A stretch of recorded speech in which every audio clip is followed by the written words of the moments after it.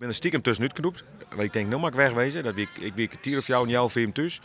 En toen had ik oorlogen slap, toen ben ik weer uitgegaan. Dat ben ik gewend om die tijd. Dus dan kan ik net meer sliepen. Nou ja, een hoerke. Maar ik ben wel vrij fit. Ik heb net zoveel bier nog. Reacties, zeist, die komen overal bij.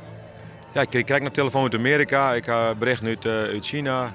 Ja, uit Duitsland, maar ik uit Friesland, uit de rest van Nederland, van iedereen. Ik kan ze net begrijpen van wie. Ik maak 300 sms'jes, had ik nog eens in, had ik al pro de band worden. Dus richting 400. Maar ik kan ze gewoon net al je band worden, daar heb ik geen tijd voor. De meesten in het hele land ben gewoon gek met een club als Cambuur. Dat is een volksclub. En daar mag we goed om denken. En dat is mooi dat ik nog even zeggen. Want ik als supporters, maar ik als club, maar om denken dat we dit zou uitdragen bloeien. Want dat is juist hoe warmtes krijgt in Nederland. Geen wanklank wees, geen net één oppakt. Nou, dan ben we echt op een goede wij. Daar ben ik het meest trots op. En nou, want ja, feestje vanzelfs, maar daar is de realiteit. Want dan ben ik meestal, die loeren niet echt van ja, Cambuur had neer te ziek in de Eredivisie. Nee, maar dat is Zwolle ik net. Hè? Dus daar maakt zich minder druk om.